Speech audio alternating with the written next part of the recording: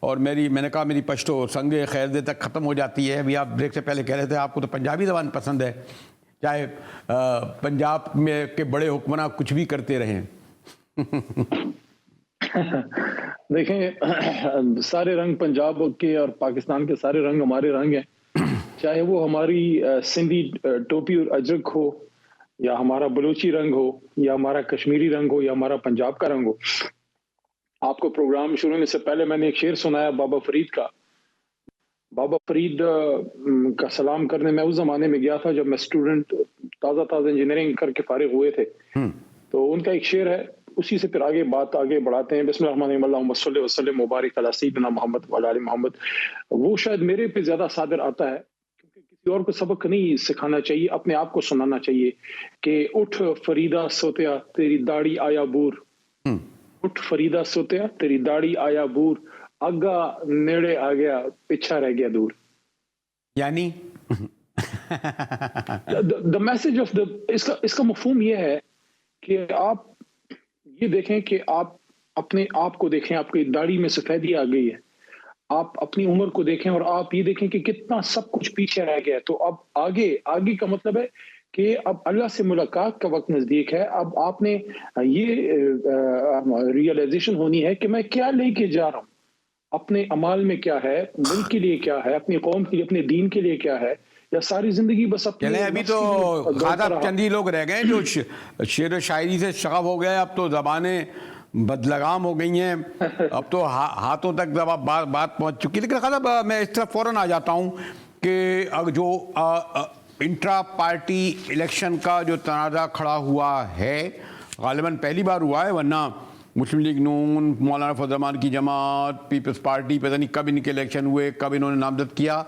کیا یہ intra party election کو ایکسیپٹ نہیں کیا گیا, خاصا بیرسٹر گوہر کو نہیں مانا گیا, تو اس کے معنی پارٹی کے چیئرمین پہلے ہی نااہل قرار دے دیے گئے, یا تو پھر پارٹی اپنا نشان نہیں لے سکے گی, حصہ نہیں لے سکے گی؟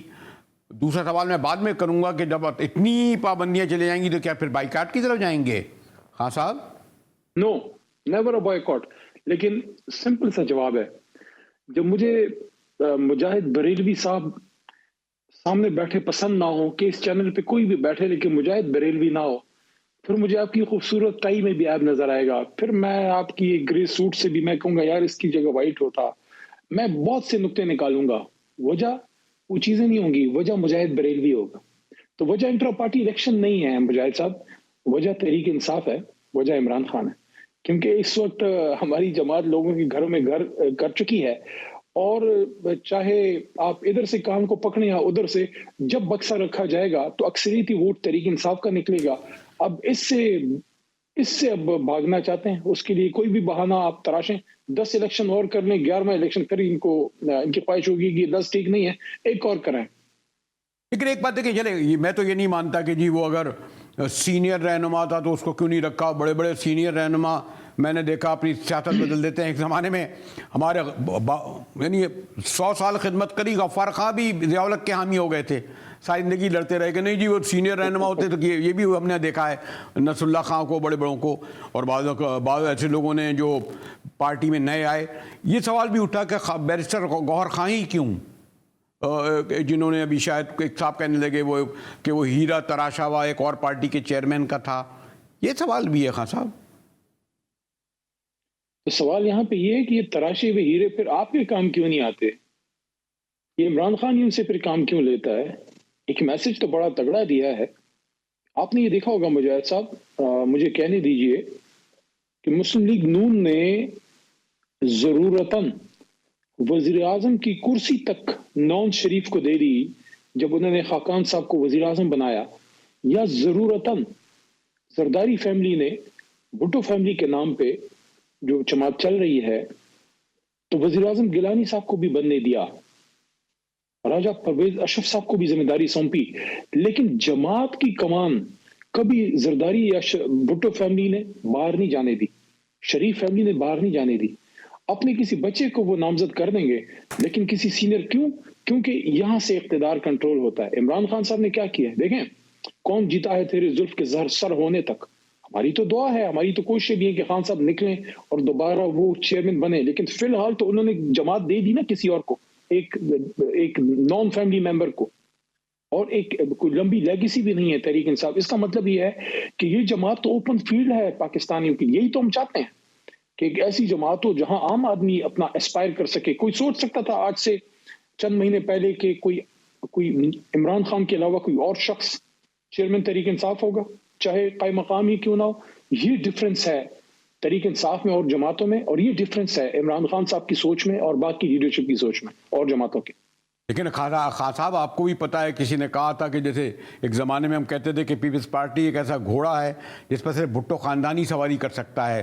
تحریک انصاف کا بھی جو کے بارے میں یہی میں کہوں گا کہ کوئی اور اس پر سواری کر نہیں سکتا. اگر کرے اس پر آ بھی گیا تو جو یعنی میں جب لفظ استعمال کر رہا ہوں, ایک ٹرم استعمال کر رہا ہوں اس حوالے سے کہ ایک ٹائٹینک ہے تحریک انصاف, تو اس وقت نا اس کو سنبھالنا, اس کے کراؤڈ کو دیکھنا, اس کے نوجوانوں کو دیکھنا, اس کی مختلف خیال لیڈرشپ کو دیکھنا, پھر ٹکٹ کا سب سے بڑا مسئلہ یعنی بہت بڑا ہے نا.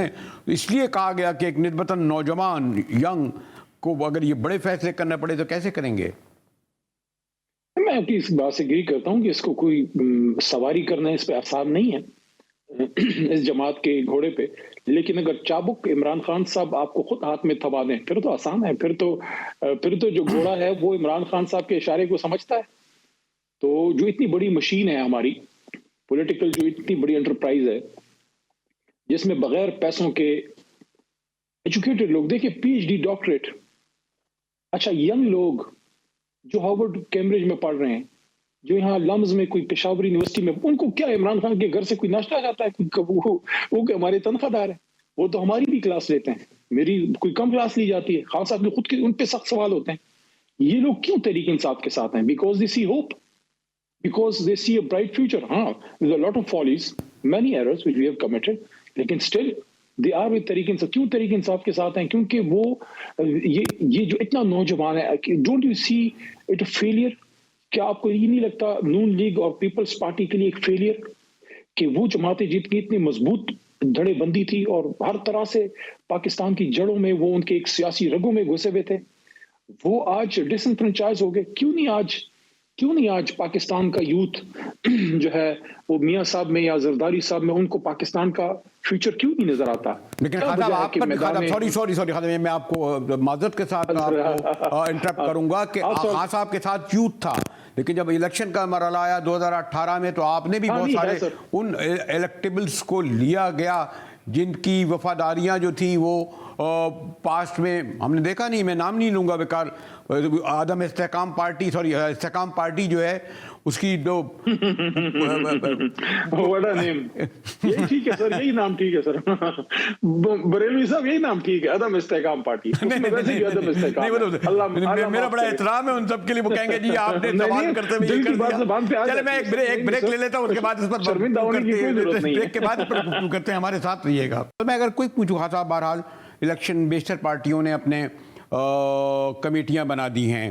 ہمیں پتہ ہے کہ آپ کے بیشتر لوگ یا تو زیر زمین ہیں یا جیلوں میں ہیں, لیکن بہرحال اگر ملک بھر سے جو 800 ساڑھے 800 نشستیں بنتی ہیں قومی صوبائی اسمبلی کے لیے, اس کے لیے درخواستیں مانگی جائیں گی. کون لوگ ہوں گے, ان کے نام کب تک آپ کوشش رکھیں گے؟ کیا یہ آلریڈی پروسیس شروع ہو چکا ہے؟ یہ کوشش ہوئی گی کہ الیکٹیبل کو دیا جائے, نوجوانوں کو دیا جائے؟ 3-4 سوال ایک ساتھ کر لیے میں نے. خان صاحب جی کیا کہیں گے؟ مجھے سب چونکہ نارمل حالات نہیں ہیں, تحریک انصاف اس وقت مشکل میں ہے.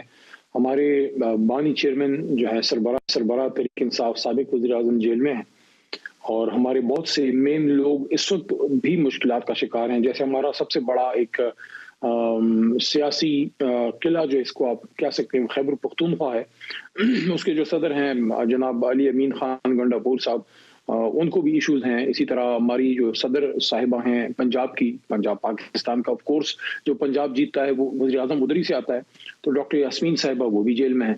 تو یہ تو مشکلات ہمیں ہیں. میں خود تو ٹکٹنگ کمیٹی میں نہیں ہوں, لیکن چونکہ کور کمیٹی کا ممبر ہوں تو بہرحال انفارمیشن تو رہتی ہے. ہوم ورک ہمارا کافی حد تک ہوا پڑا ہے, بہت حد تک کام اس میں خان صاحب نے خود بھی کیا تھا.